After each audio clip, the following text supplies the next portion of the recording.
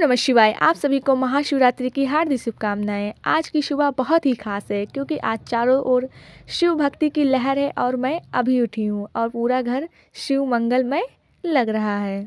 मैं बहुत ही ऊर्जावान महसूस कर रही हूँ। आज साल का सबसे बड़ा दिन है और मेरे मुख में महादेव का नाम था। कहते हैं कि शिवरात्रि के दिन ओम नमः शिवाय या शिव नाम का जाप करने से मन को बहुत ही शांति मिलती है और कहीं और नहीं।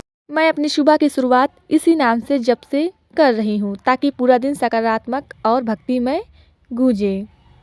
यह साल महिलाओं के लिए बहुत ही खास होता है। सबसे पहले उठकर मैंने अपना बिस्तर ठीक किया।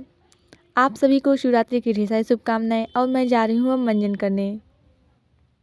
पहले मैं अपने बिस्तर को सही कर लूँ, उसके बाद मैं मंजन करने जाऊँगी। और यहाँ पे जंगले के पास भी मैं आ गई थी और फिर उसके बाद मैं सोची मैं मंजन कर लेती हूँ, परंतु अभी बहुत सारा काम भी बचा हुआ था और यहाँ पे मुझे बहुत आलस आ रही थी। मुझे दोबारा सोने का मन कर रहा था लेकिन मैं नहीं सोई क्योंकि धूप भी निकल आई थी और कल रात को मैं थोड़ा ज़्यादा जग रही थी, इस वजह से थोड़ा अपना सारा काम कंप्लीट करने के बाद फिर मैं आ गई अपने जंगले के पास। मुझे नींद भी आ रही थी लेकिन क्या करें, खिड़की के बाहर बहुत ही अच्छी कि हवा चल रही थी और ठंड भी लग रहा था। ये तैयारी तो हो चुकी थी और अभी तो जाना था बस मंजन करने।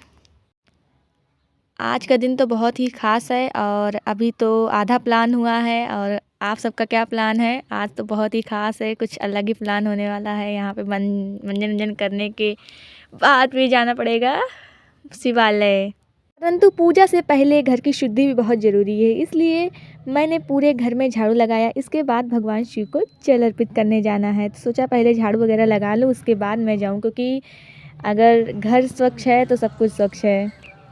नीचे रूम में झाड़ू लगा ली, मैं छत पर भी लगा ली हूँ। उसके बाद जब मैं छत पर आई तो देखी यहाँ पे पूरी धूप काफ़ी निकल गई थी, बहुत ही अच्छी लग रही थी और बहुत ही अच्छा, एकदम बहुत दिल खुश हो गया आज। A few minutes later.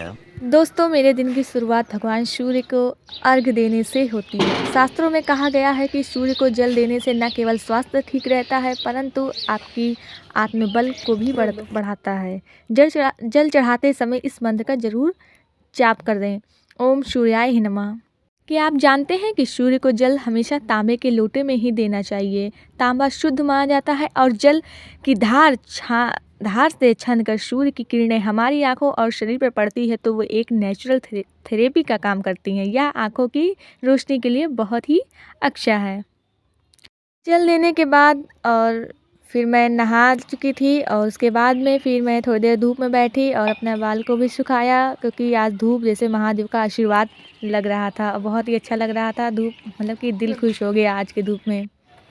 थोड़ी देर धूप में बैठूंगी, उसके बाद फिर मंदिर भी जाना है क्योंकि मंदिर में भी पूजा करना है। अभी घर पर पूजा तो मैंने कर लिया है, उसके बाद मंदिर की भी पूजा मुझे करनी है। फाइनली मैं तैयार हो चुकी हूँ और अब निकल पड़ी हूँ महादेव की शरण में। मौसम भी कितना प्यारा है, मानो महादेव खुद स्वागत कर रहे हो।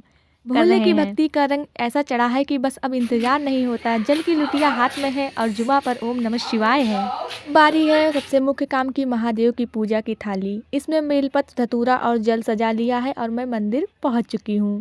देखिए हम मंदिर पहुँच गए हैं। महादेव का भव्य श्रृंगार हुआ है अंदर, अभी मैं दिखाऊंगी। यहाँ पे काफ़ी भक्त भी पहले से मौजूद हैं और काफ़ी दर्शन कर रहे हैं। मैं थोड़ी देर में जाऊँगी, दर्शन करूँगी। पहले उन लोगों को दर्शन हो जाए उसके बाद मैं शिवरात्रि के इस पावन पर्व पर मैं महादेव पर जल अर्पित कर रही हूँ। कहते हैं आज के दिन सच्चे मन से चढ़ाया गया जल, एक लोटा जल भी जीवन की बहुत सारी बाधाएं दूर करता है। ओम नमः शिवाय। महादेव की कृपा आप सब पर बनी रहे और आपकी हर मनोकामनाएं पूरी हो। अब विदा लेती हूँ, मिलते हैं अगले सफर में। तब तक के लिए बोलिए हर हर Mahadev. Subscribe my channel. Thank you.